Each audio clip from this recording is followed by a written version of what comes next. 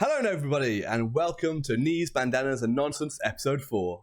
I'm one of your hosts, Soul Render. I'm here with Cahill and Biirchyyy. How you doing, gents? I'm good, thank you, mate. How are you? Why is Biirchyyy rubbing his nipples? Put me off. Why do we always start like this? Just put me off instantly. Beautiful. So Biirchyyy, how are you with the nipple rubbing? I'm doing amazing, man. I've literally just got off the back of a fucking litty stream, so like my energy is very high today. That's what we like. I'm feeling good. That's what we fucking like. Right. Today, we're joined by an amazing streamer, a good friend of mine, a guy that lives local to me, so he's even better than everybody else. Just throwing that out there. He has 1.4 thousand followers on Twitch, and he has the sexiest beard on the whole of the internet. It is fucking Shaun88s. How you doing, my dude? How you doing, guys? Yeah, I'm good. I am good. How are we all today? Welcome into the podcast today. What was that? I said welcome into the podcast today. Thank you. Thank you very much. I thought. Do you want to give us a brief intro of yourself, my dude? How deep we going in with this? I mean, you can go as deep as you Deep. want. Okay, Sand. The way I like it.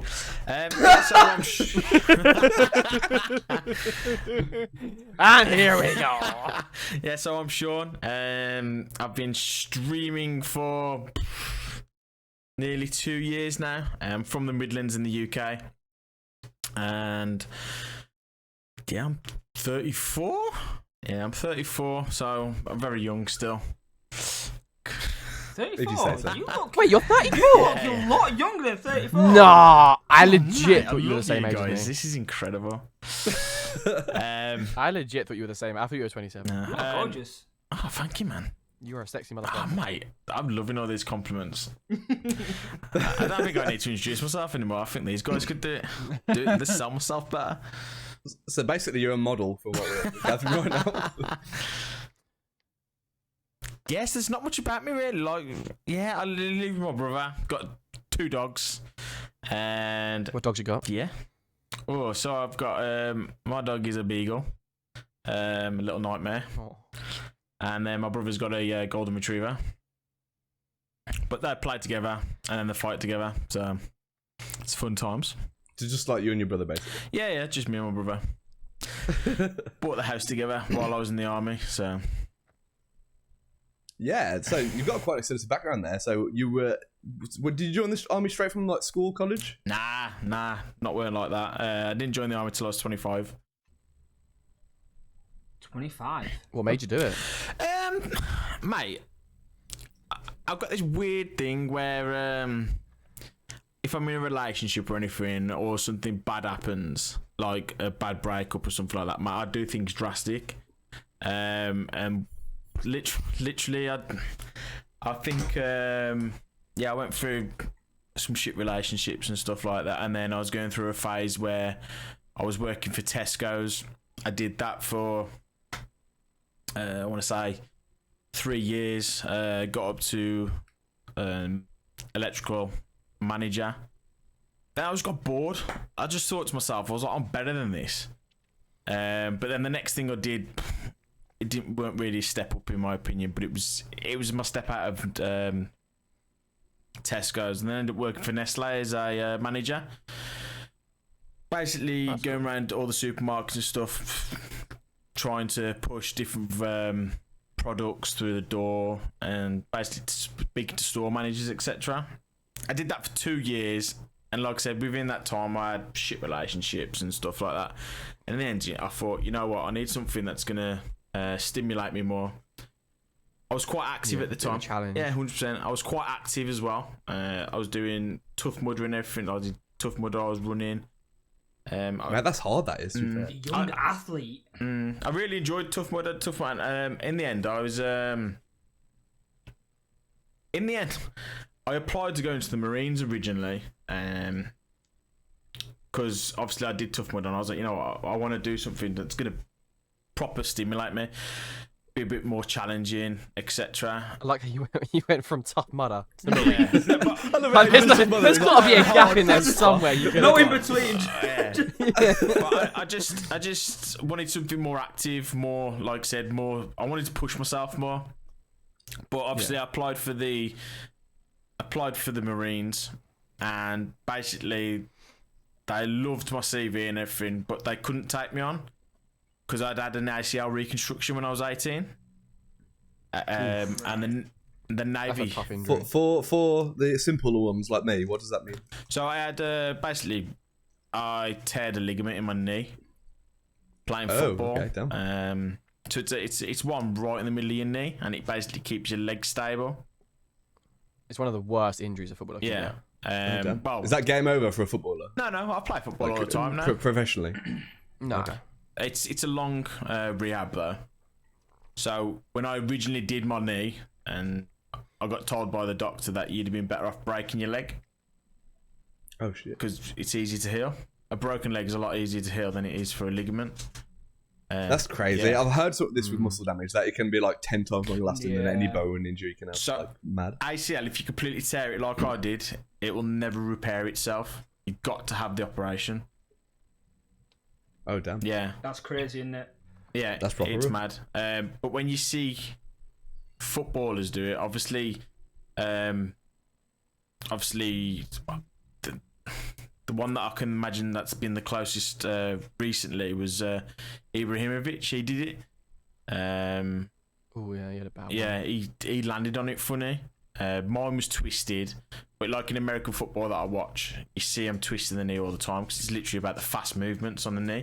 And if your feet get stuck, Yeah, like that's when when you change direction. yeah. What I say was that your foot was planted and the rest of your legs turned, but your foot hasn't. That's the one with studs. I love studs, obviously for the grip, but like your foot is not moving if you try to turn your body. Once you're planted, you are planted. Yeah. So Yeah. mine was naughty to be fair. When I did mine, realistically, because I was 18, I was a bit naive and stuff. I was running around playing five-a-side in the leisure leagues. Yeah. So obviously a competition on a Monday, I think it was, and I was running around, and there was this lad on the other team, and I was dominating. Like every time we got the ball, I was getting the ball off him, and like, yeah, I was just running circles around him, and then he went in for a challenge on me, and basically he put his legs, both legs around my one leg and twisted, and I felt Oh, it go, no. and the only way I can explain it is it felt like bubble wrap popping. No. That sounds horrible. I've got a horrible image. But yeah, it's that. So that happened. So obviously the Marines couldn't accept me for that because the budget they Just have. the extensive training. And Too much such. of a risk. It's right? not. It's Yeah. the budget they've got. So when you look at it as like you've got the Marines falls under the Navy, and then you've got the RAF and the Army. The Army's got the biggest budget, like massive. They can afford to waste money, whereas the Navy haven't.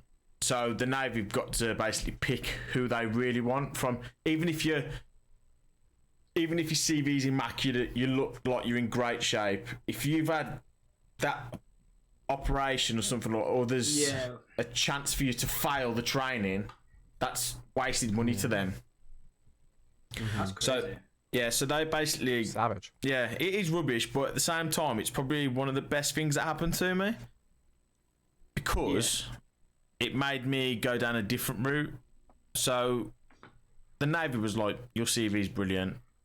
We can't accept you, but do you want us to give it to the Army? Because they shared a recruitment building. And I was like, you know what? Not even thought about it, but yeah, crack on. So then I think 2 days after the Army rang me and they were basically saying, yeah, we've seen your CV. Are you interested? Would you like to come in and have a chat? And I was like, okay, sound, I don't mind doing that. So I come in and I spoke to him and he was basically saying, like, with your qualifications and everything like that, what do you want to actually do? And I was like, I don't know, I want to. And then that's when I started looking into doing a trade in the Army. Because obviously I could do infantry and stuff, but the bloke said to me, he says, don't do infantry. You're too experienced in, like, you've got GCSEs and stuff like that to do that. The best thing for you to do is to get a trade out of it. And I was thinking to myself, I was like, you know what? Yeah, I can get that because if I leave the Army, then at least I'm taking a trade with me. Yeah. Yeah, That's the important back part, to isn't it? square When you one. leave, you've got that skill and ability to go straight into a job that uses that, skill. So it's very useful. And the trade I chose at the time was quite high up within the the qualifications really. So I went for an avionics technician, which was then to work on the aircraft in the army. So I ended up working on the Apache helicopter, which is unreal. That's pretty cool. Yeah, that's mad. Really cool. That's like an 11 kill streak, isn't it? Mate, Tell Mr. Call of Duty's never left his bedroom. You can tell which one is mine. But yeah, working on the Apache helicopter was like unreal, to be honest with you. Really enjoyed it, and honestly, listening it take off, and yeah, unreal. Yeah, I bet it's a pretty cool experience. That's a crazy setting to work in. Like a lot of people, like you can work in factories and stuff, but like Apache helicopters next level. Yeah. So I did all the electrical side of it. So anything electrical on the aircraft I did, and really there's a lot of electrical stuff on the aircraft to try and keep up in the air. So it was mad. But the only problem is, I wouldn't say it's a problem. It was annoying. There's a lot of paperwork. I'm not shocked with that much health and safety. If you mess up, that's dropping out of the sky. It's on your neck, isn't it? I guess. Well, so this is the thing. So and yeah, Jesus, actually, didn't think of that. Well, so for me, for the qualifications I get like aeronautical engineering and stuff like that. So my job is very similar to, like when I say land-based systems. So they're basically the electrical, but on land-based equipment such as tanks, etc. And then obviously, if you ever go into the civvy street, 9 times out of 10, avionics will get picked up more than our land systems, even though the qualifications are the same, purely because of the health and safety side of things. We have to be a lot more thorough, a lot more paperwork signing, because at the end of the day, like you said, if a tank breaks down, that could just pull over. If an aircraft breaks down, it's falling out the sky. Yeah, it's pretty much game over. Yeah, that's absolutely crazy. Yeah, mate, it was crazy. It was crazy. And I really did enjoy it. But then I left the army because of the politics. Yeah, there's a lot of that behind, isn't there? You're there for to try and help the country and progress and stuff, and then it's just non-stop backwards and forward with politics and yeah, fun stuff. so overall, how many years did you do the engineering for? So I only did 5 years. So I did 5 years. It's a long time. That is a long time. So I did 5 years in the army, but I did carry on working on the Apache helicopters for 2 years after. Right. So you only just recently left, kind of. Yeah. I've only 2 years. Yeah. Since I've been streaming is the time I've been back in this country. Oh wow. So how did that go about then? Where did you go from coming out of the army to I want to stream? So when I left the army, the army's got this thing where, especially for the avionics jobs, that there's a company out there, like an agency, that recruits ex-army to go to other jobs, contracting and stuff like that.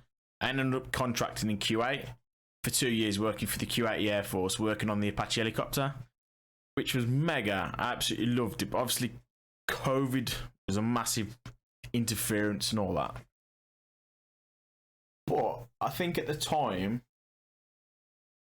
when I was doing my last year, and I knew I was doing my last year, I was watching Stone Mountain quite a lot.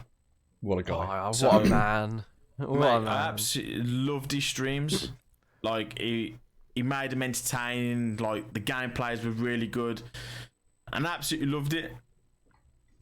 And I just thought to myself, I've got everything paid off. All my debts and everything paid off. I says I've saved quite a lot of money. Do you know what? When I go back into the country, I'm gonna start streaming and see how it goes.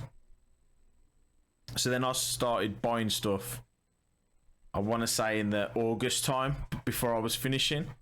So then everything was back at home for me, and then I literally built it all when I was back at home.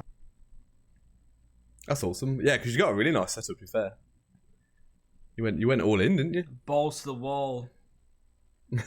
Yeah, I went. I'd say I went over the top, but at the same time, I had the money, so I don't think I don't know. I think it's all about what's suitable to you, isn't it? Like I've always thought this. I was like, I don't want to stream until I've got the right equipment. Really, I played Xbox for like 5 years. Wanted to start streaming then. It's suitable to like where you are at that moment, isn't it? Yeah. 100%. And I think that's one thing that not annoys me is I started streaming too. Like I started streaming when that market was saturated.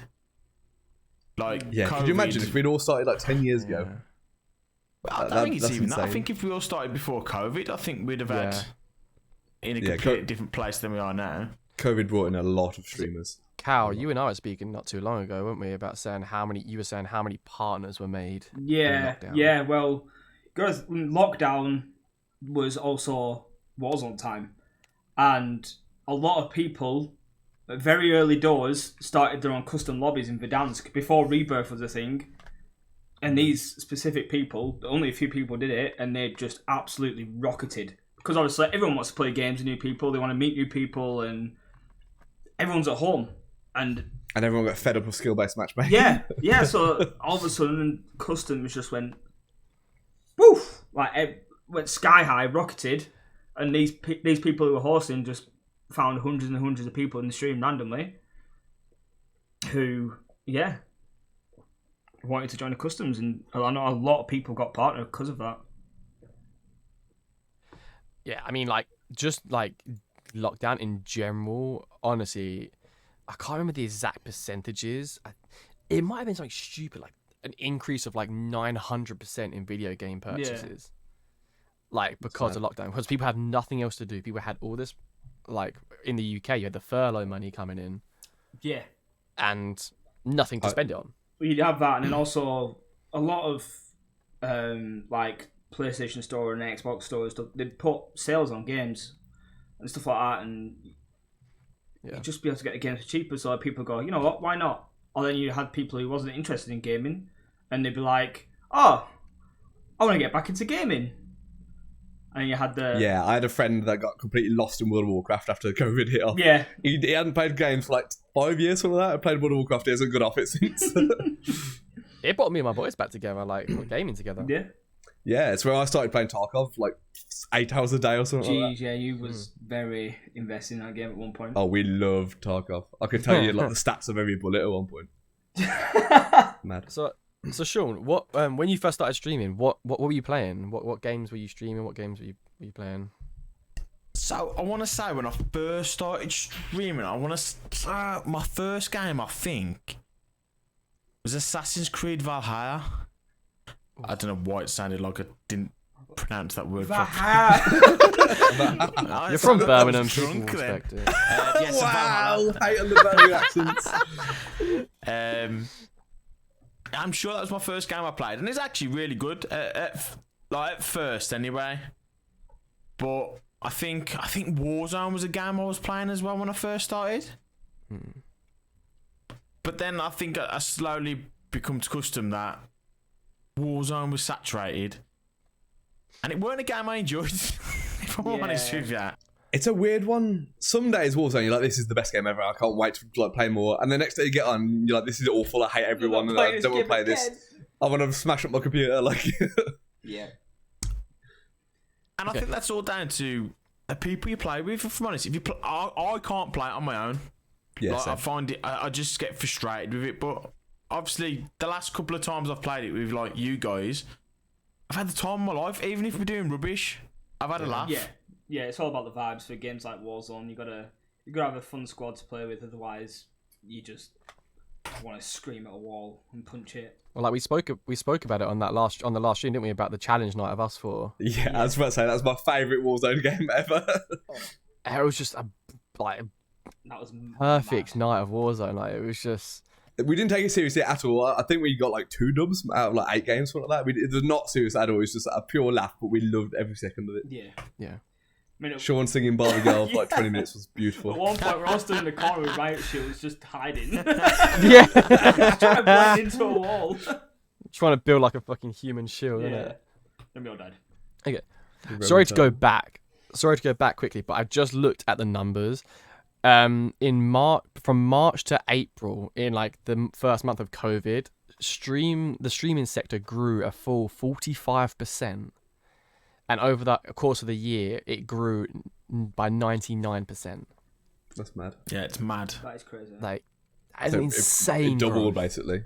That's crazy.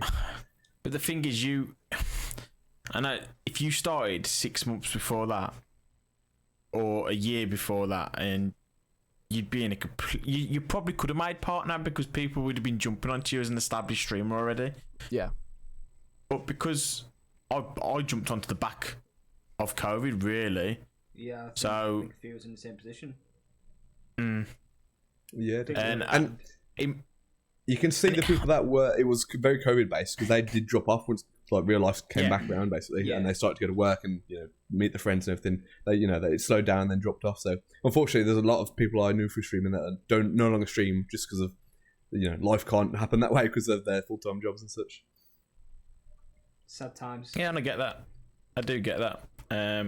But I also think like I was quite naive when I first started, because obviously I'd watched Stan Mountain, and I signed up to his site Pipeline, and I basically went through because he basically brought out a course for it, like a presentation. You went like through a streaming all that, course. Yeah, it was literally a course for streaming. And it was actually really good. Like it got pillars of information you need to know.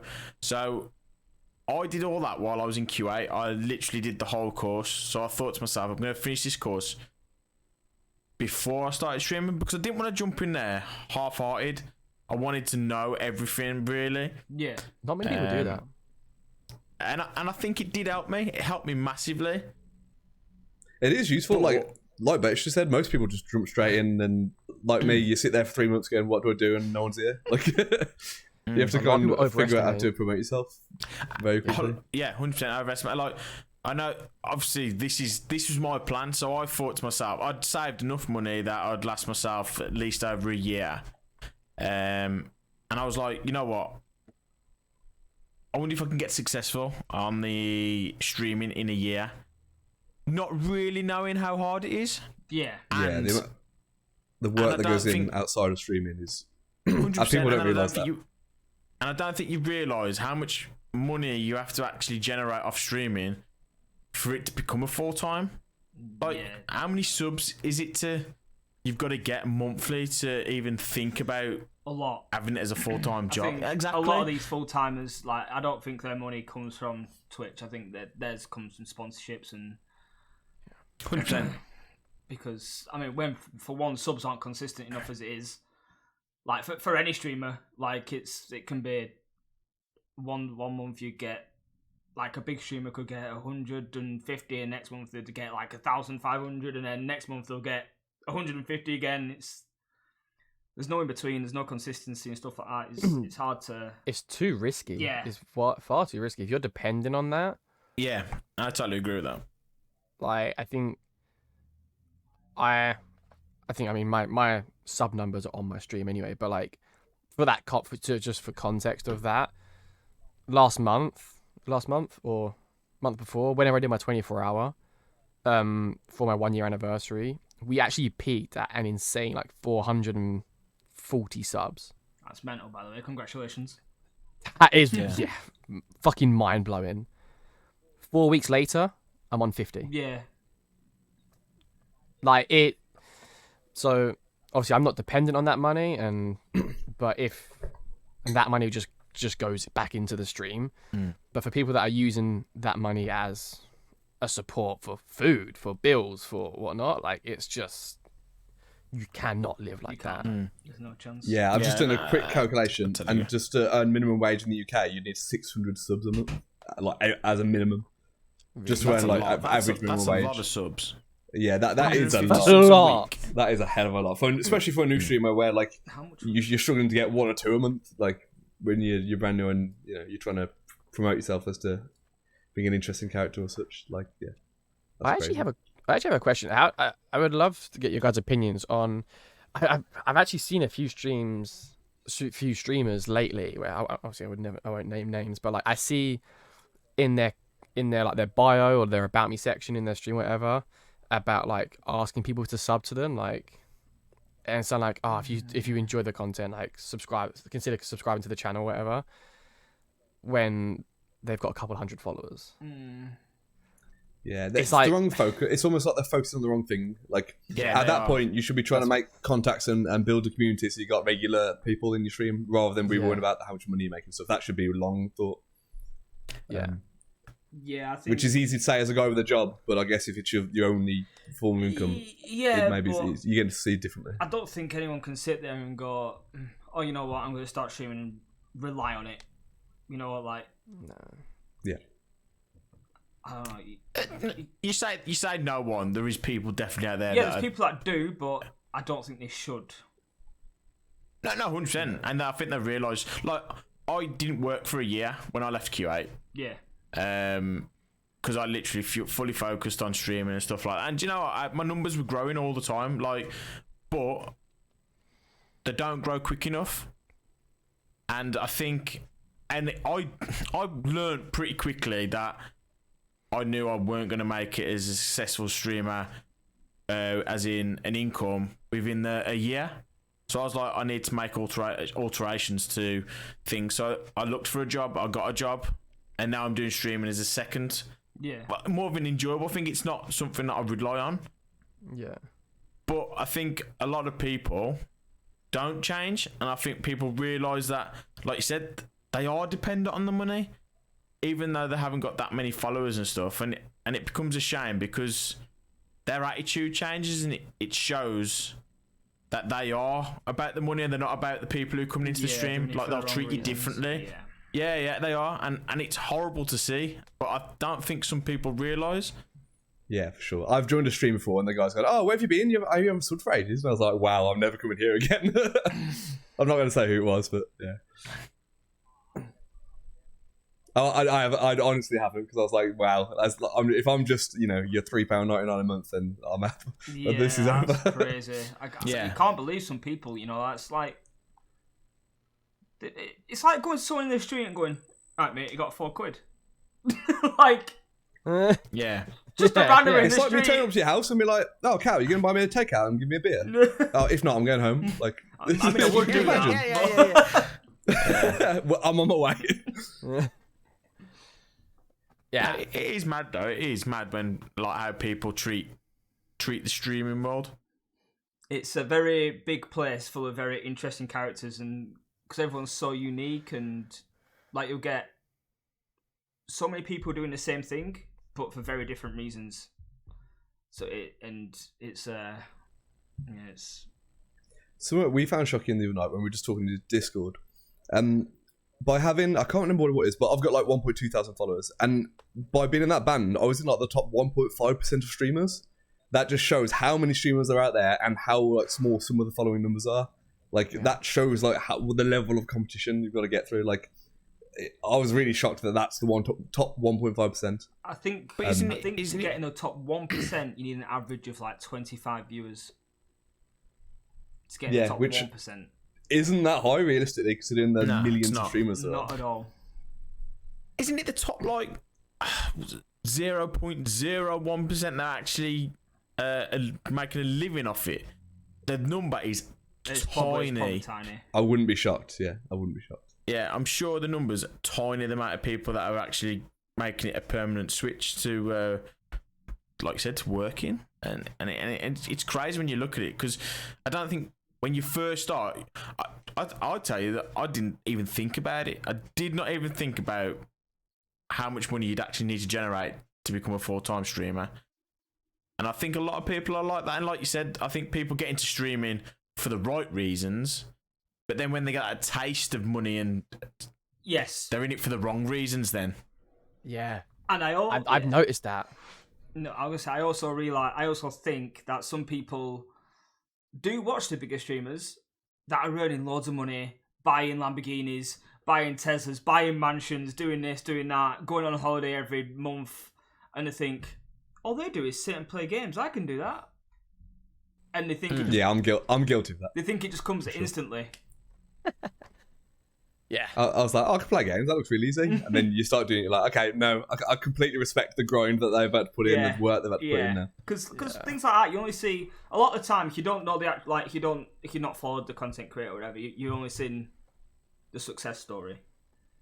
You've seen the tip of the iceberg, haven't you? Yeah. You've seen the best bit, the bit everyone wants. You're not seeing the years they put in before and stuff like that, and You don't see them up till 3 a.m. editing or 3 a.m. working on whatever it may be. Yeah. It's like with Ninja. I didn't realize until I looked a bit more into him that he's a Halo Pro and stuff like that before, for years before he blew up, before Fortnite blew up and he blew up. It's one of those things. It's a bit like being a footballer. Isn't it? You need your break. You need your hat trick in one really important game for people to notice you. There's that many people out there. Even if you got an amazing personality and everyone wants to sit and listen to you, there's that many people out there that just won't find your name unless you're really lucky or you do something viral. Or Can we just take a second just to respect Will's football metaphor, considering he has no interest in football at all. I did a football thing. Yes.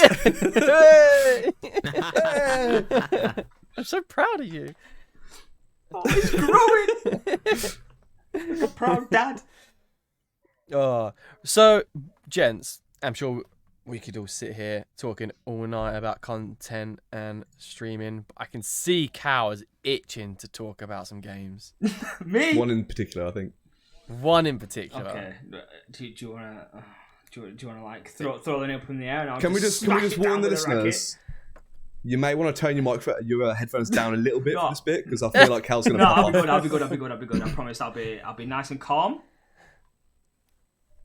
Sonic the Hedgehog. You always say otherwise. Sonic the Hedgehog. I've just played this for the first time the other day, right? And I was like a child again. I'm a 27-year-old man and I turned into a 5-year-old boy in my gaming chair playing Sonic Frontiers. I love the game. I actually love the game. I've only played one island as well, and there's 5 islands. So And since I played it, I've just been talking about it non-stop. And COD's out at the same time, and I'm still talking about Sonic instead of COD. That's saying and that's something. saying something. A lot. When COD, Someone that's a COD fiend. when COD and FIFA is out, and I'm talking about Sonic, my God. But yeah, give us the rundown then. So I haven't seen any of it. I don't know anything about this game. So, give me the rundown. So Sonic Frontiers, it's one of the very first Sonic open world games, the first one in years, 15, 16, 17 years, or whatever it is. And it's the setting of it is beautiful. I don't want to spoil too much for anyone who's not played it or whatever, but cause it's still fairly new. But you basically got to find your friends and save your friends. Okay. That makes sense. And you're in an open world. You have these little mini levels which are very nostalgic of original levels of Sonic the Hedgehog, like from Sonic 1, Sonic 2, Shadow the Hedgehog. Like the 2D original ones. The 2D original ones. Yeah. And some are still 2D and some are made into 3D, but they're the same as the 2D. That makes sense. Yeah. And they dragged him in from all different Sonic games, like Sonic 1, Shadow the Hedgehog, stuff like that. That's so clever. And there's a few hardcore people like, oh, they're reusing maps. But for someone who played it as a kid, and it's just nostalgic. It brings back memories. If they're releasing the game every year, that'd be a problem. But as it's 15 years old, it is I think you can get away with it. Yeah. It's not COD reskinning the same map every year. Yeah. That could never be COD, right? No, They would never release shipments on every game, would they? Never. That gets released next week, by the way. 7 different types of nuke towns. No, I will say, watching your stream, one, it was so cool to see how happy and excited you were. Yeah. But 2, for someone that is just, I have the only experience I have of playing Sonic game is Mario vs Sonic Olympics. What a game! What a game! What a game! But just watching it visually stunning. Yeah. I think the mix of the new vibe and nostalgia was perfect. Like you said, with the 2D and the 3D sort of style. And one thing that really took my breath away was the actual audio. The soundtracks. the soundtrack as well as the sound effects, and just it gave you that old school Sega sort of like 90s, early 2000s gaming vibe. Sega. And I don't know, for someone that's never played it, I was getting nostalgia. Yeah, it feels good. It just feels good to play all around. Like, the movement's smooth, the way you can get around the map at points is just absolutely crazy. Like, you can grind across a map and bounce off pads and redirect yourself and run up walls, and it's mental. It's so good. Like, it's just brought a whole new dynamic to Sonic that I've never really experienced. And yeah, I'm really enjoying it at the moment. That's amazing. Would you say it's a good chill game? Because obviously nowadays, so many games are like competitive and very sweaty, and like you need to be sat on the edge of the chair, like trying your hardest. It's very, nice and chill? Very chilled. Like you could literally just sit there. Like I think I played it for 3 hours on stream, and I didn't realise. Like I started at like 5 PM, and the time it was like 8, 9 o'clock. I was like, oh, damn, that's gone quick. That's a good sign. Game. Yeah, that's a very good sign. But it's very, very good to get stuck into, and very chill. You can just pause it, stop off forever, and come back to where you left off, kind of thing. And perfect for streaming as well, right? Perfect. So you can chat to your chat, be interactive while playing a game, and not have to concentrate too much. No, any Sonic fans, then get it. Go. You know where to go watch or where to go buy. Cheeky little shout out there. Nice. Links in the description below. So, from the opposite end of that then. So, from your nice chill Sonic game where you've been relaxing, you've been on the absolute COD sweat grind, as most of us have. I think you needed a chill out game. The faces I'm seeing right now from the sweat grind that's been happening. Call of Duty! We need to talk about the elephant in the room. Sat in a pool of my sweat for weeks because of this game. My gaming chair must stink so much. Oh, please don't. Like, no bullshit. I woke up on my day off yesterday.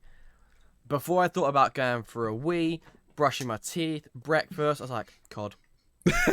Obsessed. I was like, I had so much to do yesterday, and my first thought was COD. Yep. And I haven't had that for years. Probably since Black Ops 3, I haven't had that. Damn. I've actually really enjoyed this one. Yeah, I was just about to say, from, 30s kind of age groups, and me and you, like, the original Call of Duties were our ones. This has gone back more boots on the ground style. What are you thinking of it? I actually really like it. The last two I hated.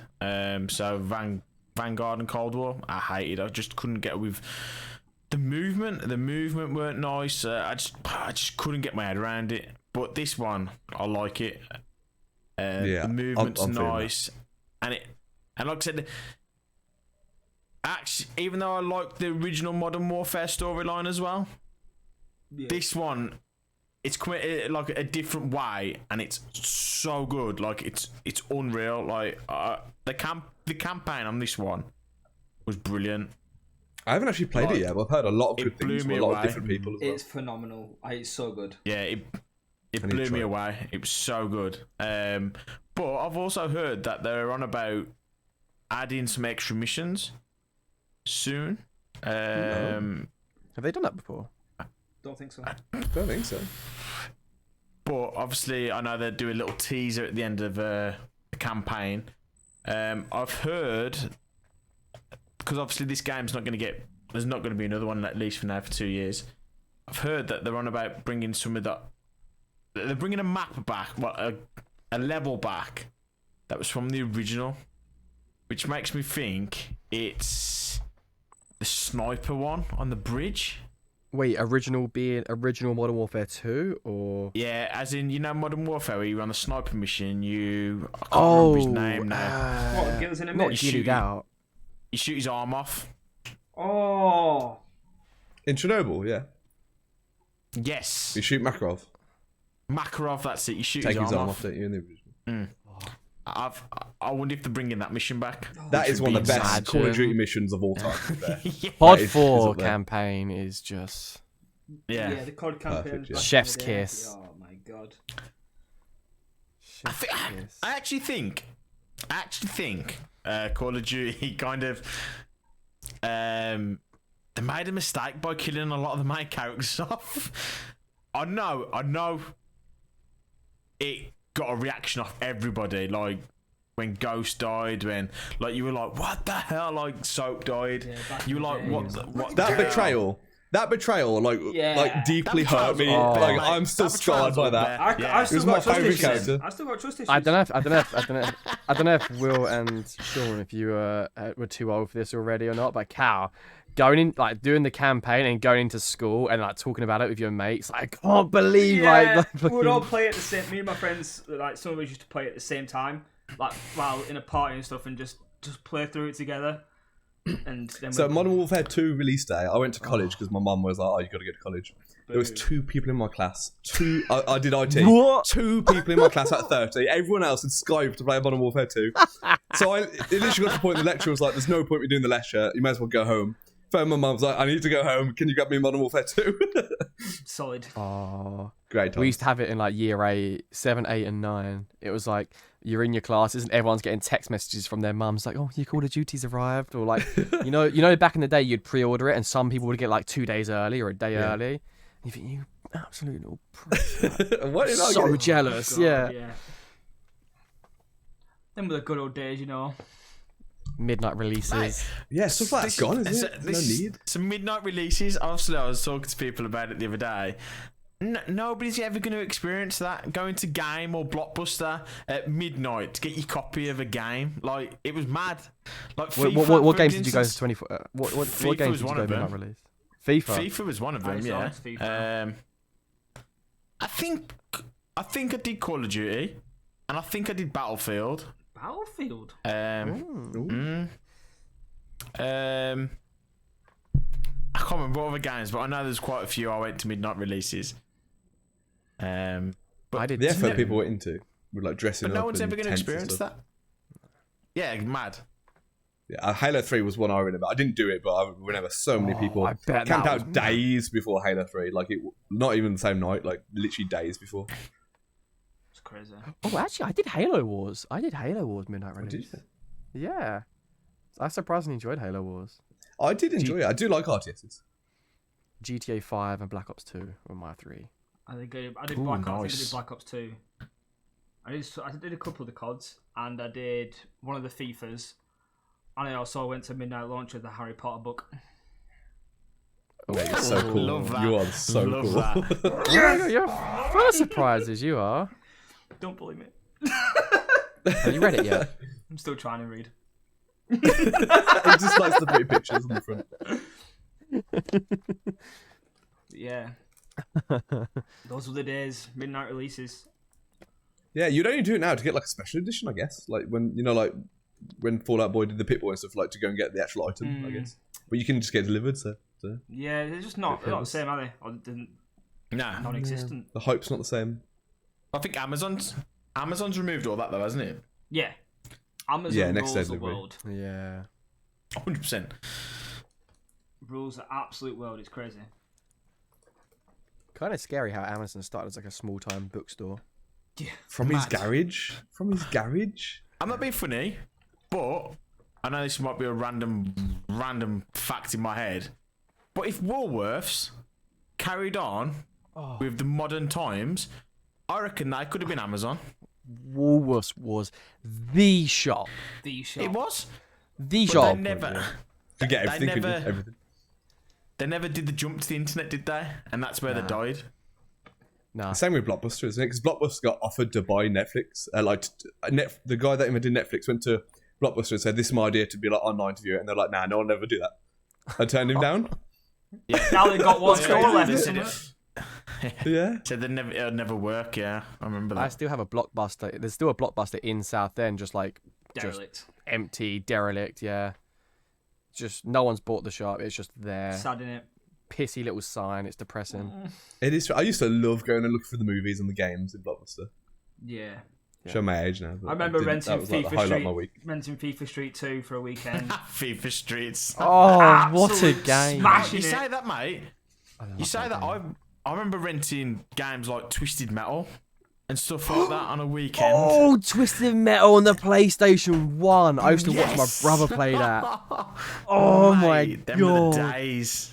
And then you got Twisted Metal, was it Black? I think Twisted Metal Black. I think they're like a really... Oh, what a game, Shaun. I think they're on about redeveloping that. I'm sure I've seen somewhere that they're on about redeveloping Twisted Metal. Yeah, I heard something about that. I don't know if they did it or not. Medieval. Anyone play Medieval? No. That rings a bell, but I can't remember. You're like a skeleton with one eye. Yes. Well, no, not one eye. yes. One eye or two eyes. Or it's like a weird face. Same era as Abe's Odyssey.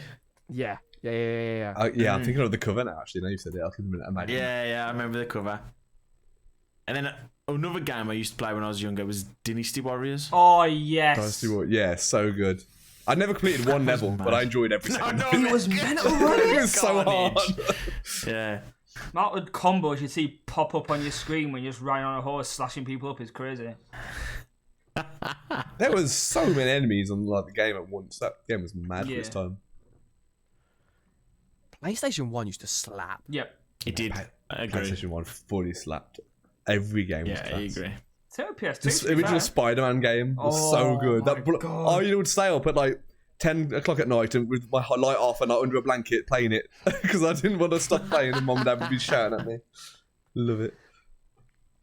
Oh my god. I remember playing the old it was like WWE 2001 or something like that. SmackDown versus or WWE. Raw. It would have been WWF at the time. It was before the SmackDown my versus God. Raw era. Oh, And yeah, I had this- well before that, yeah. It was on the PS1 and it was on I had this little box TV. You know when you turn your TV on, it have like a little red light when you put it on standby. So I used to put a bit of blue tack over it. So I'd hear my mum coming upstairs to try and like see if I'm like not asleep. I would quickly mute, pretend to be asleep, like, and obviously with the blue tack, you wouldn't be able to see that the TV was actually on. She'd go downstairs, straight back up, playing Stone Cold Steve Austin. That is class. Love it. We were destined to be gamers and streamers, weren't we? Oh, From hearing your 100%. stories. Like, you hear a lot of stories about people why they got into gaming. It's because they've been gaming for their whole lives. Yeah. Yeah, definitely. What's your first memory of gaming, Shaun? Ooh, I've got. I can't remember my first one as such, but Or like first thing that sort of like comes to your head like that sort of. I got a lot of them. You know, when you have a lot of them where they just all come at the same time. Like, so I've got 007, GoldenEye, N64. They're remastering that. That is coming back. That is coming out soon. Yeah. It was an absolute beast of a game. But then random games like on PlayStation, what Lion King. Honestly, that game was so hard. The platformer games on PS1 and stuff were like so difficult. I never expected that from. No, I had 100 other games in my head before that. But then, obviously, I've got Sega Mega Drive where I was playing like Demolition Man and stuff like that. Oh, And Street Fighter. Street Fighter, yeah, I've got all these games. Yeah, Sonic, mate. Yeah, Sonic, mate. What's the other one? Similar to Sonic? Is it Rayman? Rayman. Rayman was the shit. Yeah. Oh my god, where his body just didn't connect. And then Gex the Gecko I was playing. Oh, mate, Spyro the Gex Dragon. the Gecko. Spyro's just elite. Spyro, Crash Bandicoot. Like, there's so many games. Yeah. Crash Bandicoot. So many games. And I generally can't decipher like my first game. I've got so many of them. Like GTA 3, when it first changed from the looking down to the first game where From you were the running bird's eye around as a view to- character, like Yeah. it was unreal. I remember getting it for PlayStation 2 for Christmas, and mate, Christmas Day I was on it. Like me and my brother shared our PlayStation. Yeah. And mate, we just take it into. Actually, no, he was watching me play actually, and it was just mega. Like so many like different memories of games. It's mad. Yeah. One of my first was when my dad first got a PC for work or something like that, and we played Lemmings, and literally there were like what a a game. green pixel and a blue pixel. That was it. That's all you got. Yeah. Wait, But it was I've so never good. heard of that. It's, I don't have a PSP. No. When it, you literally have little characters spawn, and they have to get to the end of the map, but they'll just keep walking. So if they walk off cliffs, or they'll just die, and you have to like protect them to the end. It's really simple mechanics, like put a bridge in the way or a rope or Yeah. Right. It's like really early, like probably 1995 kind of game. Little noises in there as well, like. Yeah, the little music as well was probably like ding ding Yeah. ding ding. What a game! But obviously, you talk about that, but Worms. Worms, what a game. Worms was like a 10 times step up from that. Yeah, Worms was unreal. What a game. Crazy game. Driver as well. Oh, Driver, what a game.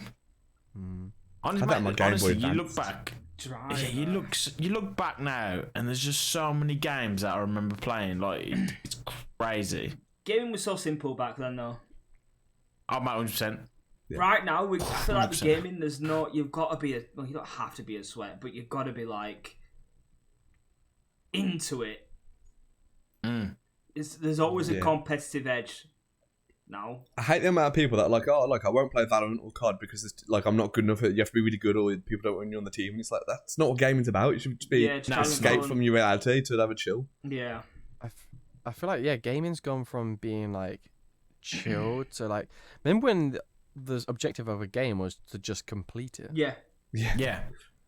Now It's it's like I've got to grind camos. I must get this, My and KD this. has I gotta have be to do able this. to- Grind. yeah. Yeah, KD. 6.9 KD and 58% It's like win. sometimes I just want to cruise around on Tony Hawk's American Wasteland. Oh, mate, Tiny Hawk's, what a game.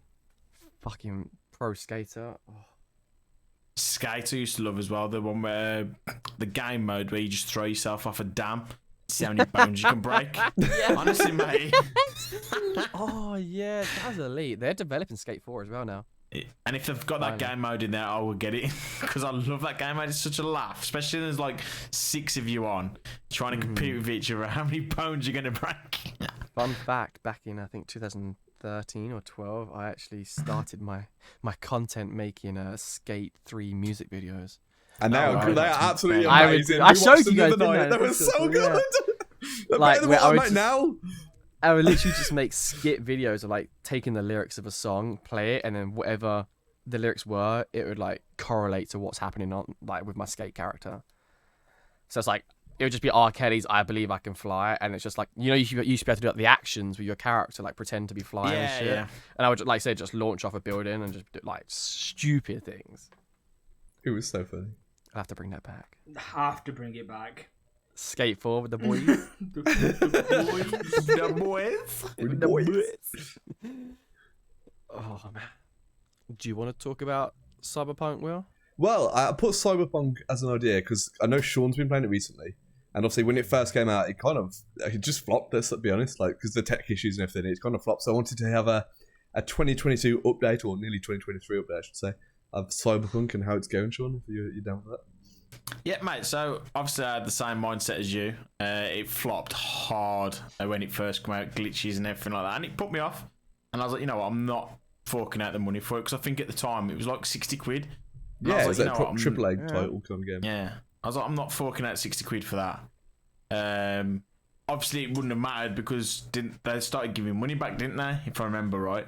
Yeah, I think it was, Did they? some of the consoles just Yeah. couldn't run it, and they just had to refund everyone. That was it. Yeah. But I've always had. But I've always had a mindset of obviously I know they're trying to take everyone's circumstances into account. So people who own like a PlayStation 4 or an Xbox, I don't even know what the old one was, Xbox 360 or Xbox One. What is the new one now? Xbox Series. Series X. Series X. So Xbox One would have been the one. So why would you develop a game so high on the graphical scale to cater for these lower quality consoles? It just baffled me because you're just degrading the game, and I don't understand how you thought it was going to work. It's going to be This was so one of these powering. stupid things where they promised it for 360 and in PS3. However, it took that long to develop. By the time they actually got around to finishing the game, they were developing it for the new gen, and it was just they'd promised it for the old consoles, and it just wasn't going to happen because it took that long to develop the game. They're on like new engines and new graphical, kind of setups. So yeah, it was like a 12-year development, something like that. Ridiculous. Yeah, mad. That's crazy. But overall, I am glad I have bought it now and I'm giving it a go. because what I've played of it so far, I've actually really enjoyed. The graphics on it are unreal. The movement and everything seems really clean on it now.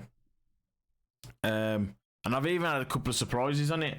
So obviously when you're making your character, there's an option there for genitals. Ooh. I was like, what the hell is that? Mate, as soon as I pressed it, mate, knob on the stream. I was like, fantastic. I'm getting banned. Yeah. But yeah, honestly, just mate, to go back on what I said, 9 years. Sorry, it was 9 years. It was announced in 2012. 2012, they announced it. Yeah, that is mad. But they've done a lot of things on it, what you can edit and stuff. So yeah, it's good that they've changed it though. Like that, they did update it and didn't just leave it in the mud.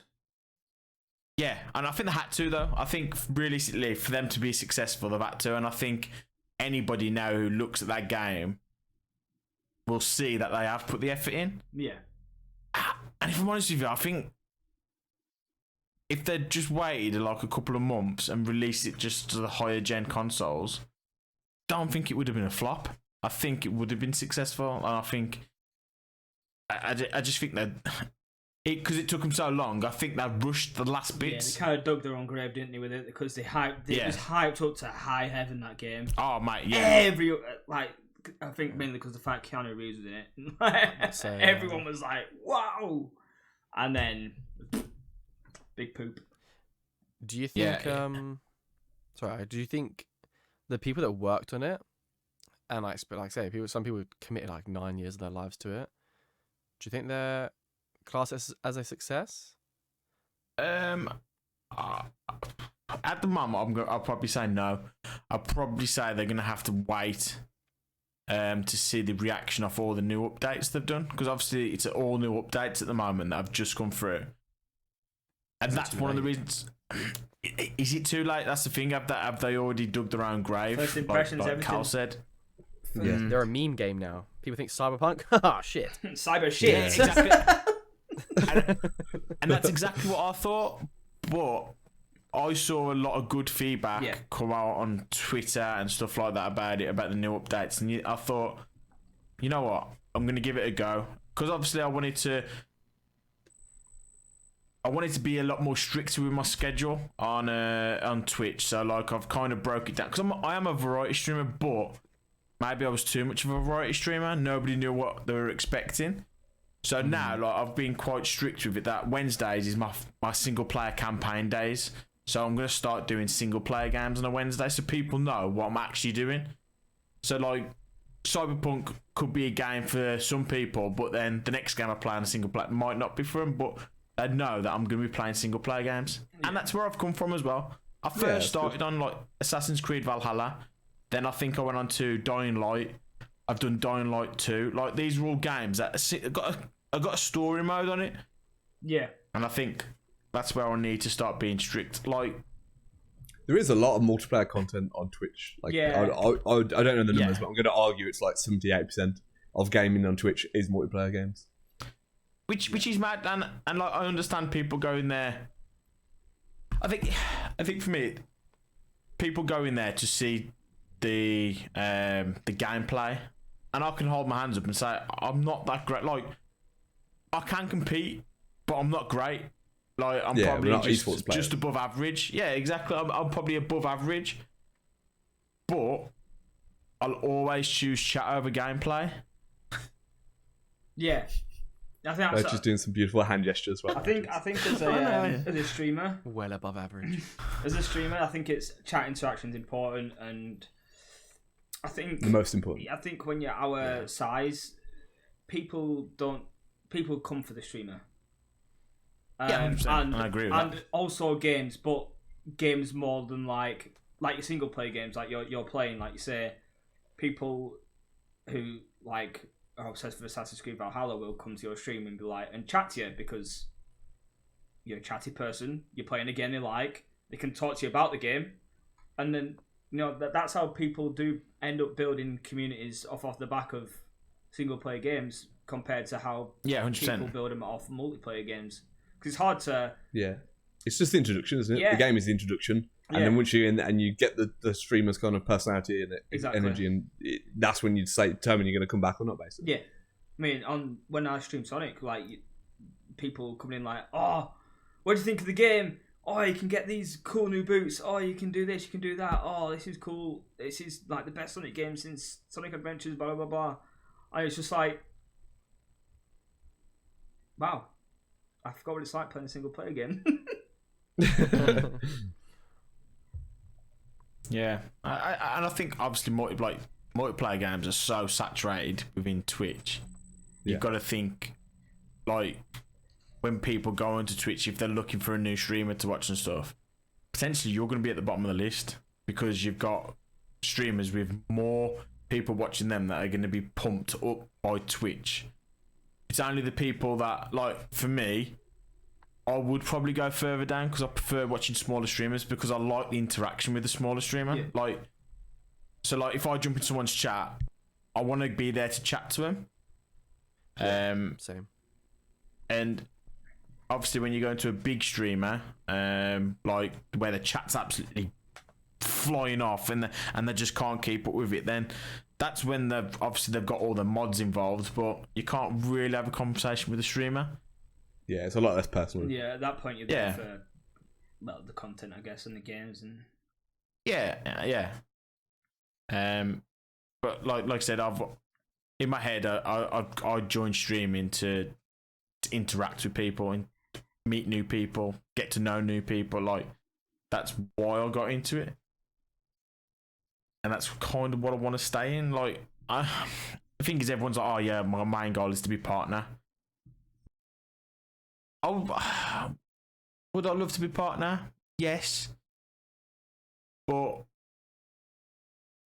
if it got to the point where it changed how I was a streamer, as in I couldn't interact with everybody in my stream, then maybe I wouldn't enjoy it. Yeah. As stupid as that sounds. I mean, No, I get that. I don't think partners is the be all and end all. Obviously, it's great, but like you say, the streamer interaction is important, and talk to chat, meet new people and stuff. And yeah, partner is a good goal to set for and stuff, and to want to achieve. But it's like, it depends what you want out of streaming. Like, you don't gain any more benefits from having that purple tick next to your name, I don't think, apart from G Fuel come knocking on your door. They're knocking at everyone's door now. That's got a ticket, don't they? Yeah. So even that's not special. Yeah, What if I just go buy one? I'm about to say, Well, talking about ticks, I was just about to say this. Strangely, I've got a blue tick now. No, what do we think of that change? The being able to buy your verification. I think it's all stupid. I think it's desperate. So before we ram it too hard to say, there's a few benefits from it. So you get the ability to edit posts, which annoyingly should be just part of Twitter. I don't know why. That should just be Twitter, though. Yeah. And it does advertise your it pushes you out to a further audience. Or adversely, they're saying if you don't have it, it suppresses you. So I don't know which way around it is. So Twitter's now pay to win. Yeah, basically. Nice. It's pay to win. For people that have worked their asses off for the last 5 years, building a big Twitter community, that must be such a kick in the balls. Yeah. Now some kid just got his Christmas money, he spent £7 and he's got more followers. Yeah. It's a joke. Yeah, your 5 years of putting out great content is nothing compared to my £8, mate. Like, Yeah. It's the same people that upload TikToks and think, oh, I'm getting 10,000 views of TikTok. But yeah, you're pumping £50 into every video to promote it. Yeah, it's like... Pay to win. You're paying to win. Like, you're paying for followers. Like, what's the difference between paying for that tick on Twitter to get followers on there than it is to buy your followers and your viewers on Twitch? Like, what's the difference? Yeah. Question is, if I'm paying £8 a month, am I getting more graphics designers following me than usual? They are my only followers. They are my only followers. I get so excited when I get a follower on Twitter and it's literally a graphics designer every time. And I'm like, God damn it. Just one time I want to meet a real person. I got 4 followers in a row that weren't graphic designers the other day, and I God. freaked the fuck out. I was like, blue moon. You lucky bastard. I know. honestly, it's never happened before, and it will never happen again. Jesus. But yeah, I don't understand why it's a thing. So the vibe is obviously none of us are that keen on the idea. I'm going that. But I'm gonna say no. will you get it is the question, because they're kind of making it so to be a content creator you kind of need it. Like if you're going to suppress your posts and you can't edit them, it's going to force you down that route eventually, isn't it, I guess?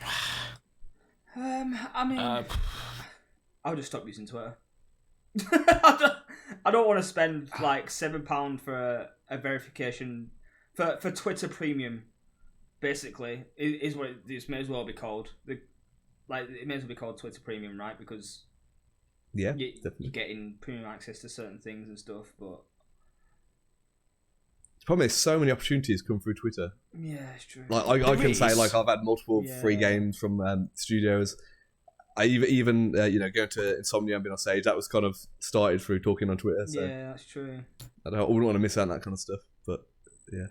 But do you think it'll have a negative thing? As in, if you have a blue tick, do you think people will look different at you, going, "Oh my god, he's just bought a blue tick"? Like, and I feel like, because in my head, I'm thinking that already. Like, if I see people with a blue tick, I'm just gonna be like, oh, "Why? Just why? You I don't want to see your thingy all over my newsfeed just because you've got a blue tick." Like, and I just feel like, is that going to be the reflection of a lot of people? I think at first it will be. I think it's been like what? It's been a couple of days or whatever. I'm not sure if they've made everything clear yet, but I don't know. I think maybe in the future they'll probably make it so it's not as, I don't know, because these blue ticks literally make you look exactly like a famous person, right? On Twitter. Yeah.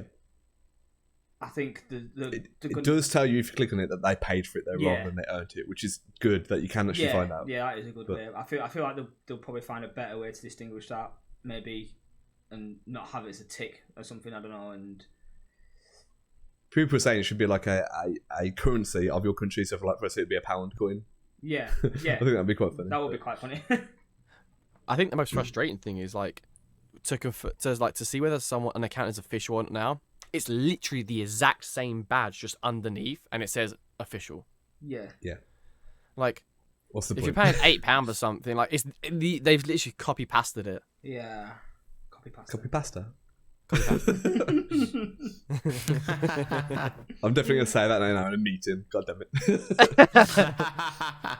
No, I'm not gonna lie.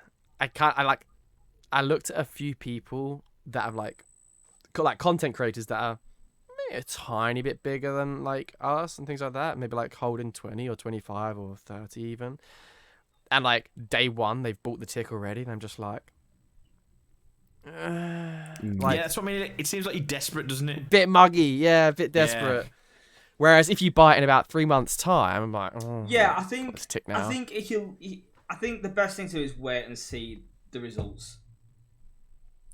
I see. If I was a full-time content creator with 200 viewers, like consistent, and I had like 10,000 followers, something like that, and my only income was streaming, I feel like you just have to. At Instantly. that point you do. But if you like us and it's a bit like, do I do it? I think you'd probably wait to see if there is benefits or if it's just a scam. If it's just a bit of validation next to your name, you know what I mean? And it's, I don't know. I also think the prestige of it always just gone. Yeah, for sure. It's in the completely gone, and it's like you'd see people like accounts that you follow, and then you think, I finally got verified, or I finally got this, or like we did it. Like, now it's gone. Just I paid my £8. Woo! Imagine like the people that applied for Twitter verification like last week. Yeah, and then they finally got it, and then now it's just means nothing. 12-year-old Timmy's got it because his mum gave him Christmas card. £8 pocket money. Oh, Dad, cash some money. I want a blue tick on Twitter. I've gone broke. I've had to cancel my Twitter blue. What a time to be alive. Nah, I mean, to be fair, Elon Musk could do with the money. That poor guy. Yeah. Yeah, up his arse. Prick. I'm joking. I like Elon Musk. Ish. One of my friends posted a picture of a bee and called it Elon Musk, and he got banned. He got blocked by Elon Musk within like 10 minutes. Elon Musk. Oh, I loved it. The amount of memes going around are brilliant. It's mental. Oh my god. But hey, it is what it is. On a more positive note though, in social medias, I guess. Yeah, YouTube social media. YouTube Shorts is now available on TV and like smart devices, not just on handheld devices. Bruh, they are making moves. They are. Yeah, YouTube's going in hard. Really pushing it, aren't they? Like TikTok's like, oh, we've got the short form content game on lock. Instagram's like, oh, we'll have a little bit of that. Twitch is asleep in the corner, and YouTube have gone for it. And now not only have they gone for it, they've gone one step further. Yeah, they've done what YouTube always do and just take it better. Make it. Yeah, better. 100%. It's really looking like the best platform to be on, isn't it? Like, there's no argument right now. Yeah. Even as a guy Always that's been has. on Twitch since day one and never really put much effort into YouTube, I'm starting to think I made a mistake. Yeah. And we've It's- had this conversation before. Sorry, Yeah. go on, Shaun. No, I was gonna say it's one of them odd ones. You don't really think of like YouTube as like a streaming site as such. Like you see it as a platform where people just put videos and stuff like that, but Yeah. it's massive. It's massive, and I think, like you said, if it was advertised more that it was a streaming site as well, maybe people would have took the dive into the YouTube instead of going onto Twitch and stuff like that. Yeah.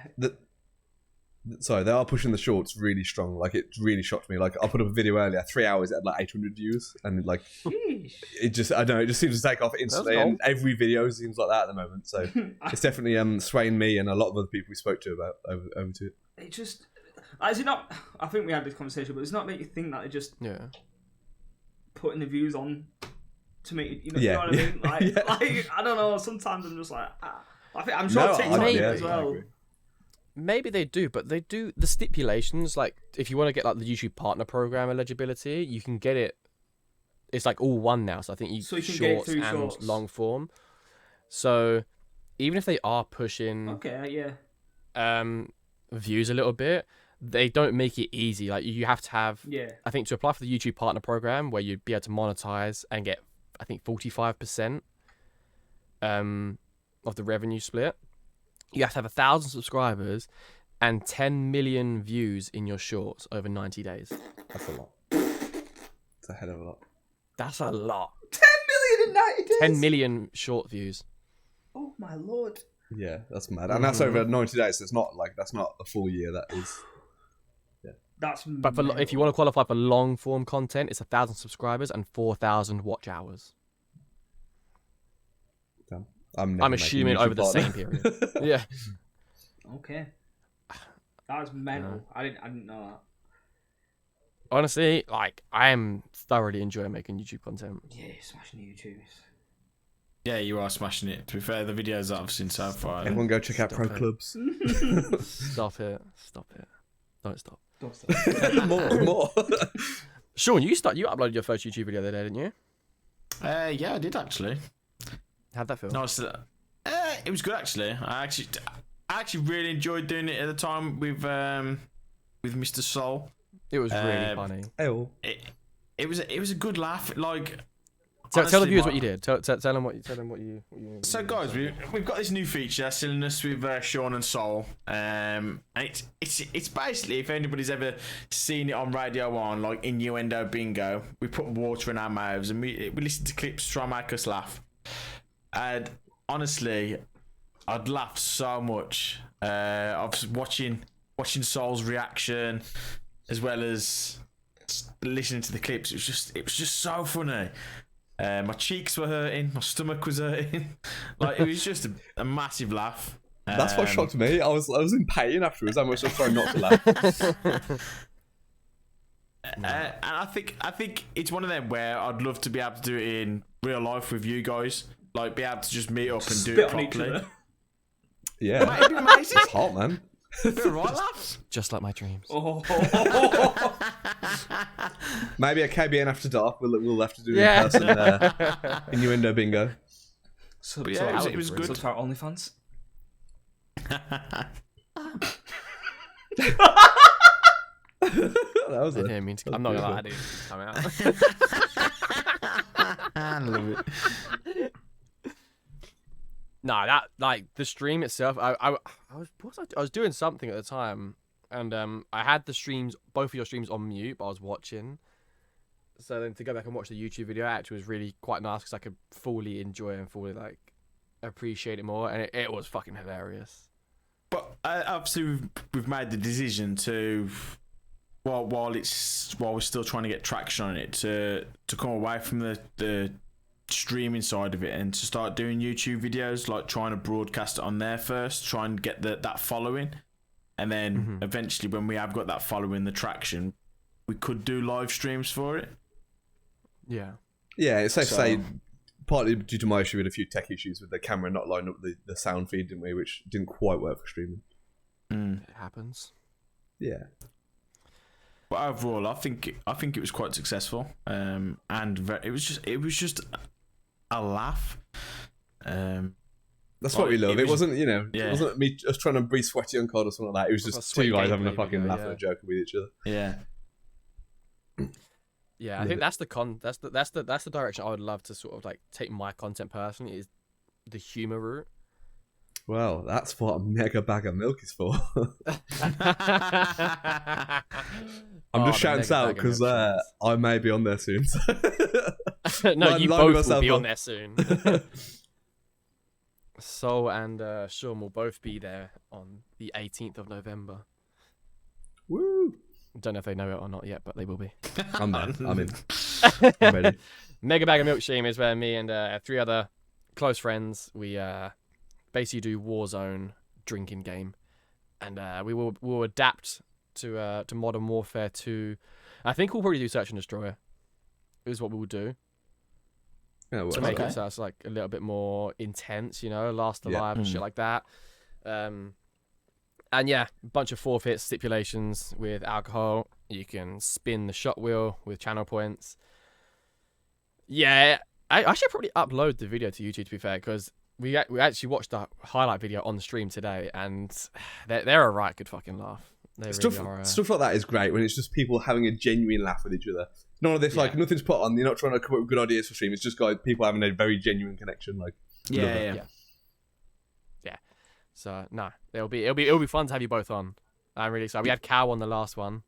Oh yeah, that was fun. He's very distracted by Evie right now. I was He's got a very needy cat with him. I do, but no, it was actually really fun just having alcohol and playing with the boys. Drink responsibly. And Jay. Oh yeah, Jay was there as well. If I don't plug that, she will kill us all. She will She's kill us all. She's one of the boys. She's one of the boys. Yeah, you're right. Maybe said something very inappropriate. So let's save him for KBN After Dark. I don't know if you want to go over that next subject or not on the Tate Paul fight, or we just skip it out. It's up to you. I mean, we could quickly mention it. Obviously, it's been announced that Andrew Tate was going to fight Jake Paul at boxing. Bit of a weird one, because I think most of us, when we don't want either of them to win, really. Yeah, can they both get I'm about knocked to say, out? what I want is, them that like movie scenes where they just like both hit each other and then both of them just get sparked out on the floor, just done. That's what I want. Oh my god, yeah, like middle of the ring, slow motion, they both swing and just... Oh... That's going to pull a crowd, though. Like, whether we want it to or not, it's going to pull a massive crowd. 100%. I'm pretty sure. Let me just double check. But after 3 hours of Jake Paul uploading the video onto Twitter, it had 3 million views. Ooh. See, my 800 is not looking so good now, is it? Yeah, but did he buy... Did he buy his tick? I do not know. Did he buy his tick? Nah, so it's been uploaded for sorry, 7 hours. It's got 5.4 million views. That's mad. With 134,000 likes and 20,000 retweets. And then... So is it definitely guaranteed, then? It's the negotiating, apparently. And the videos of them face-to-face. And then another account has tweeted it as well. And on that account, it's got 5.4 million. Oh, no, sorry. 4.4 million. So that's 10 million views over 2 accounts. Damn. So is it boxing they're doing? Yes. Yeah. Because Tate's not a boxer, is he? Kickboxer in there. No, he's MMA. Yeah, isn't he? kickboxer. Is he? Kickboxer. Yeah. He doesn't like fighting actual boxers, does he, Jake Paul? No. 'Cause, I mean, he's a great boxer. To be fair to him, he's an absolute massive I've dildo. got to give it to him. He's put the time and the effort in, hasn't he? Like, But he has. he's an absolute cock. One more. He has put the time and the effort in. He's beat a fucking legend in Anderson Silva. I mean, yeah, granted, Anderson Silva's nearly 50, but he's still a combat sports legend. Professional, like, yeah. I didn't watch the fight, but apparently the scores are kind of rigged. Yeah. I don't know if that's just Jake Paul hating. Yeah, I mean, to be fair though, Jake Paul did slap him up a little bit in the later rounds. He floored him at one point, didn't he? Yeah, last round he did floor him. Yeah. But That hurts me because Anderson Silva was like one of my favourite MMA fighters of all time.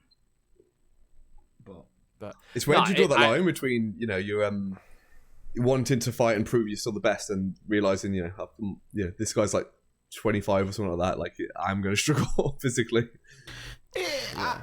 I think there's that, but I think there's also, you've got to think some of these fighters have got to adapt to something that they've not usually done. Like MMA fighters, kickboxers, use their feet, so they've got to think, I can't use my feet any time in this. Like, normally when they position themselves to swing or something, they've got in their head, they've got it lined up that they're going to follow through with a kick or something. Yeah, so they're off balance. Yeah. Or even their kick's their primary weapon rather than their fists. Exactly, yeah. And I think Jake Paul is literally doing boxing, but that's all he's done. Like, it's all muscle memory, isn't it? Yeah, like, you see with these kickboxers or MMA fighters like that he's fighting, or that do boxing in general, the stance is always different to a boxer's. And they're always falling because they're off balance. Like, they'll get knocked down by a simple jab, but that's simply because the form of the stance isn't a boxing stance. You know, it's a kickboxing stance. Also, MMA's, their times are different, aren't they? The what, sorry? They don't go through 12 rounds, do they? MMA is not 12 rounds, is it? No. It's like 3 rounds, five, is it? 3 rounds and championship matches are 5, aren't they? Yeah, I think so. That's what I mean, to go from 3 rounds to 12 rounds. That's a massive jump. Are they 5-minute rounds and then boxing 3-minute rounds as well? Yeah, well, it depends in boxing. 3-minute rounds in boxing. Oh, okay. It's like, Majority I of the think time a it's lot of 3 these minutes. YouTube boxing matches, they're like 3 2-minute rounds or something. Or 5 2-minute rounds and stuff like that. They're not as extensive as pro boxing cards and championship matches and stuff like that. But like you said, hats off to him, because I've sparred before, and 2 minutes constantly sparring with somebody, it's hard work. It's knackering. Like, Gasses you out. yeah, by the end of 2 minutes, you are gassed out. So to do it constantly, like for 12 rounds, it's a lot of effort. Yeah, and just getting in the ring in general in front of a massive crowd like that. Getting willing to get punched in the 100%. face. Yeah. Like, you know, you Yeah. go into boxing, you know you're going to get hit. Like, there's no avoiding it. Yeah. But Do you know what the mad thing about that comment is? I'm dead nervous until I get hit. And you're like... Takes away all the fear, doesn't it, then? And then you turn green and you rip your t-shirt off. it The beard grows a bit more. like Dragon Ball Z, but the beard grows instead of the hair. Not Super Saiyan, Super Shaun. But yeah, I think getting that first hit is mad, because it like proper. I don't know. It's like, do you know, like, that weren't that bad, and then you can kind of open up and move a bit more freely. You're kind of rigid before that. Yeah, my friend's a world champion boxer, and she used to be a world champion kickboxer, so same kind of progression as that. Oh, okay. And she says she actually loves it when people are hit in the face, because it gives her the energy to fight back more. Whereas when people are being very timid, I think that's what it is. she's like, oh, this is like boring. Like, I'm not, you know, it's very like technical then. Yeah, it gets her going if someone's like properly at hitting her, which is really weird to hear from a girl glammed up ready for a night out that she loves being pushed in the face. But she is an absolute legend. You see it from a lot of fighters, to be fair. Like, I don't... Paddy the Baddie in UFC, I don't know if you watch his fights, but his fights always start with him nearly getting knocked out. Like, he nearly gets knocked out in the first few seconds, and he's like, whoa, and then chokes him out or whatever. Use the adrenaline. Locks in. That's Scousers for you, I guess. Yeah, they live off it. Wild. Nah, but I mean, I hate them both. Hate's a massive cock. Jake Paul's also a massive cock. But I will actually be rooting for Jake Paul in this one. Never thought the words would come out my mouth, but yeah, same. It's that's gonna be one of the biggest fights like of our generation. I thought. Yeah. Just because the amount of people that'd be interested. Yeah, especially like on the social media side of fighting thing, like it just the in promotion side of YouTube, it were massive. Well, Yeah. it's crazy because the YouTube fights do generally now get more sales than actual boxing. And that's why a lot of boxers are doing it. Yeah. Because they're getting bigger payout. Yeah. Yeah, I also you think- can make like 20 million in one night. Like, I'd let someone lamp me. Yeah. Yeah. Crazy. Let people do a lot of things for 20 million. Jeez. Well, if that's the case, come over. What have you got 20 million? I'm coming over. I might tell you I have. Okay, guys, so we're going to have to wrap up this podcast now. Yeah. Shall we So jump on? I've got some money to make. Fire questions. Yes, quick. Yes. Right. Take it away, Shaun. How did you come up with your online name? My online name? Oh, it's just literally my name. Literally my name with my birth year. Okay, and yeah, Biirchyyy, I'm not the guest today, by the way. Yeah, no, my bad. I'm tired. I've been awake since 5 a.m. So, what's your favourite game, Shaun, of all time? I'd say franchise is Final Fantasy. I absolutely love them. Okay, that's quite an interesting one. I've never played a Final Fantasy game. Me Final neither. Fantasy is incredible. What is your favourite food? Pizza. Love a pizza. To that ass. Pineapple or no? Any particular topping? Meat and jalapenos. Okay. Like a bit of Good old meat. spice. Oh. Do not Okay, put what- pineapple near it.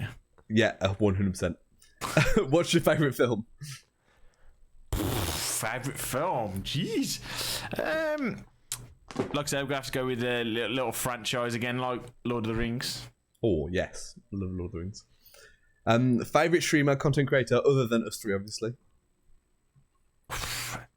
I'm probably still gonna go with Stan Main. He got me into streaming, and I absolutely Loyalty. love his content.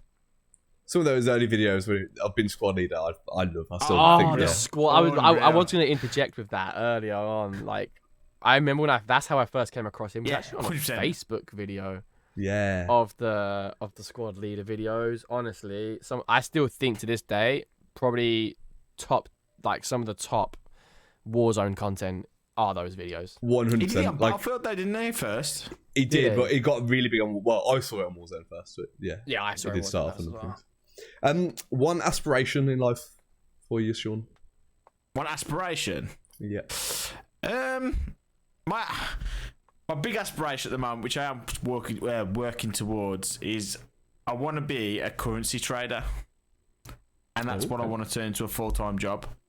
Can you give me 2 million so I can invite Biirchyyy over? I thought it was 20 million. It's got the other 18 mil. I want to keep that bit. Oh, fine, mates rates. Well, Shaun, That's thank really you cool, for man. being an amazing guest and coming on the show with us, my dude. Oh, thank you for inviting me on. Appreciate it. No brainer, mate. It was a no brainer. I've had a lot of fun. Yeah, 100%. Yeah, definitely. Enjoyed myself, Unfortunately, I have got to shoot off in a minute, so I am going to have to cut off quite quick. But Yeah, that was, and we're off to really good. record. We're off to record more content elsewhere. Oh, content! Content. So Exciting times. No, yeah, like Sol said, Shaun, thank you so much. We love and appreciate you. Thank you very much, guys. Enjoy your evening. Big love. Big love to you guys. Thanks everyone for listening, and we'll catch you soon in episode 5. Bandanas. And nonsense. Bye, guys. Bye. Bye.